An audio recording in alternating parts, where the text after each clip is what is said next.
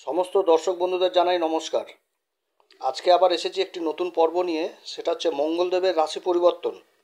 আর এই মঙ্গলদেবের রাশি পরিবর্তনে মকর রাশির জাতক জাতিকারা কী ফল পাবে, অর্থাৎ এদের উপর কী প্রভাব পড়বে মঙ্গলের রাশি পরিবর্তন এবং কোন উপাচার করলে এর সুফলে আরও বৃদ্ধি করা যাবে। তবে বিশেষ করে মনে রাখবেন, গ্রহের গোচর সম্পূর্ণভাবে নির্ভর করে জাতকের জন্মকুষ্ঠির গ্রহের দশা এবং গ্রহের অবস্থানের উপর। আমরা যে ফল প্রকাশ করছি এটা আমাদের একটা প্রচেষ্টা মাত্র, এটা সম্পূর্ণভাবে নির্ভর করবে জন্মকুষ্ঠির উপর।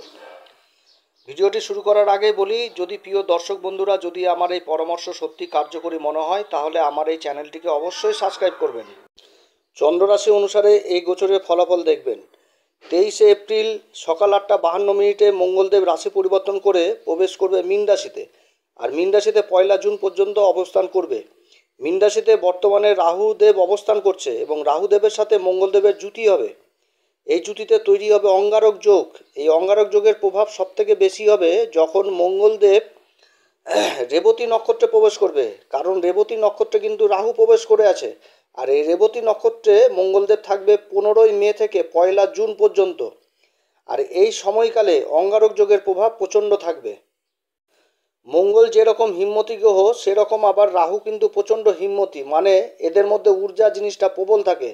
যেমন মঙ্গল যদি কারো দুর্বল থাকে তাহলে সেই সমস্ত জাতক কিন্তু প্রচণ্ড ভীতু প্রকৃতির হয়, কিন্তু যদি আবার মঙ্গল প্রচণ্ড বলবান অবস্থায় থাকে তাহলে এই সমস্ত জাতকরা খুব সাহসী হয়।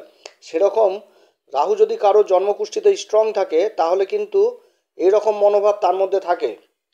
সূর্য হচ্ছে রাজা আর মঙ্গল হচ্ছে সেনাপতি, তো মঙ্গলদেবের মধ্যে সবসময় কিন্তু লড়াকু ভাবটা থাকবে, ঊর্জা সবসময় থাকবে। সেই রকম রাহু কিন্তু দৈত্যদের সেনাপতি, এর মধ্যেও কিন্তু ঊর্জা জিনিসটা রয়েছে। মঙ্গল হচ্ছে অগ্নি, আগুন, অহংকার, তেজ, ক্রোধ, আর রাহু হচ্ছে বায়ু।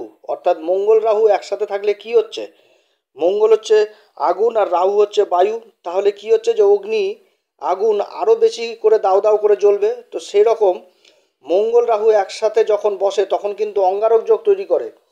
আর এই অঙ্গারক যোগ অর্থাৎ মঙ্গল এবং রাহুর জুটি যদি কারো জন্মকুষ্ঠিতে খুব ভালো অবস্থায় থাকে তাহলে কিন্তু এই সমস্ত জাতকরা খুব ভালো হয়। যেমন সায়েন্সের সাথে যারা যুক্ত রয়েছে, টেকনোলজির সাথে যারা যুক্ত রয়েছে, সেনাবাহিনীতে উচ্চপদস্থ কাজে যুক্ত, সরকারি উচ্চ পর্যায়ের কাজের সাথে যারা জড়িত, মেডিসিন ডিপার্টমেন্টে যারা জড়িত, সার্জেন কাটাছেঁড়া করে যারা, এই সমস্ত জাতকদের ক্ষেত্রে এই অঙ্গারক যোগ যথেষ্ট ভালো এবং শুভ পরিণাম দেয়।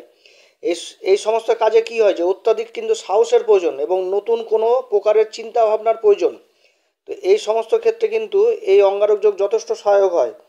আবার যদি মঙ্গল এবং রাহু জন্মকুষ্ঠিতে অশুভ হয়ে বসে তাহলে কিন্তু অনেক রকম সমস্যা তৈরি করে, কারণ মঙ্গল হচ্ছে দেবতাদের সেনাপতি আর রাহু হচ্ছে রাক্ষসদের সেনাপতি।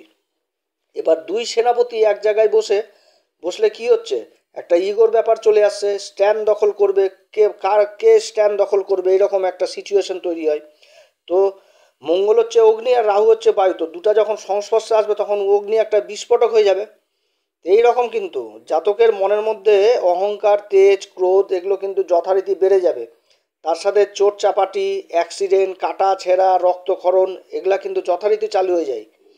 এটাই হচ্ছে অঙ্গারক যোগের ভালো প্রভাব এবং খারাপ প্রভাব, যেটা আপনাদের সামনে তুলে ধরলাম। এবার মকর রাশির সম্বন্ধে বলবো যে মকর রাশির ক্ষেত্রে এই অঙ্গারক যোগটা কী রকম ফল দিবে, অর্থাৎ এর প্রভাবটা কীরকম থাকবে এই মকর রাশির জাতক জাতিকাদের উপর।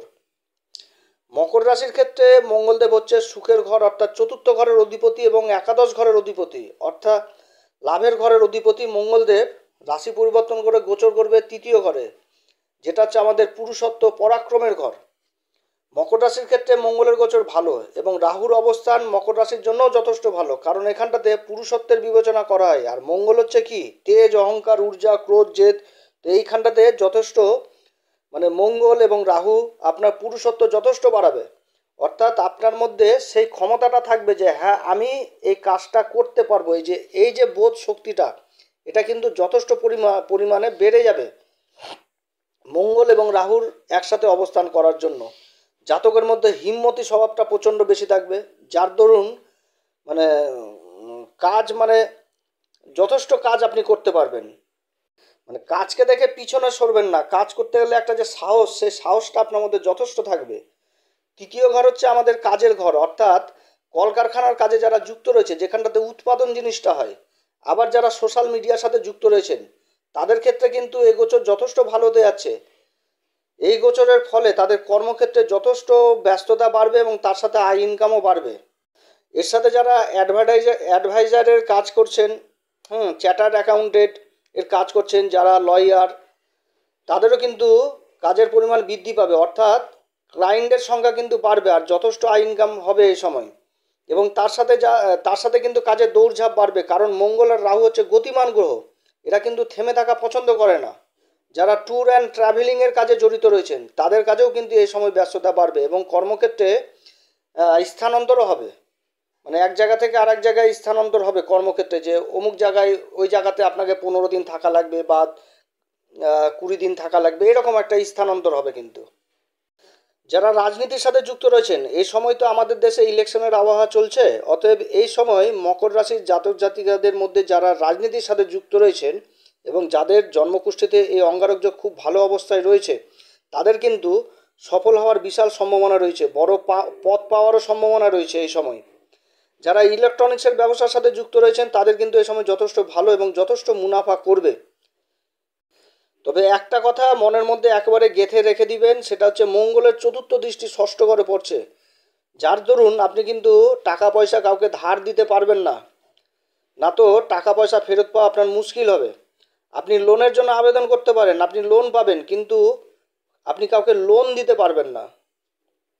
আপনি আপনার কাজের জন্য একাধিক লোন নিতে পারেন, কিন্তু আপনি কাউকে লোন দিবেন না, এটা কিন্তু বিশেষ করে মনে রাখবেন।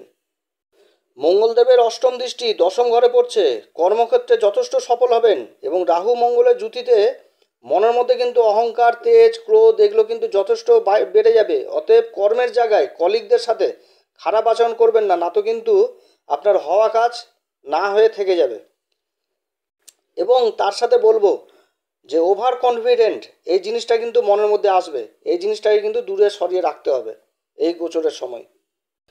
এই গোচরের সুফলে বৃদ্ধি করতে হলে আমি বলবো মকর রাশির জাতক জাতিকারা অবশ্যই হনুমানজির পূজা করবেন, বজরংবলীর পূজা অর্চনা করবেন, মঙ্গলবার করে বজরংবলীকে লাড্ডু ভোগ দিবেন।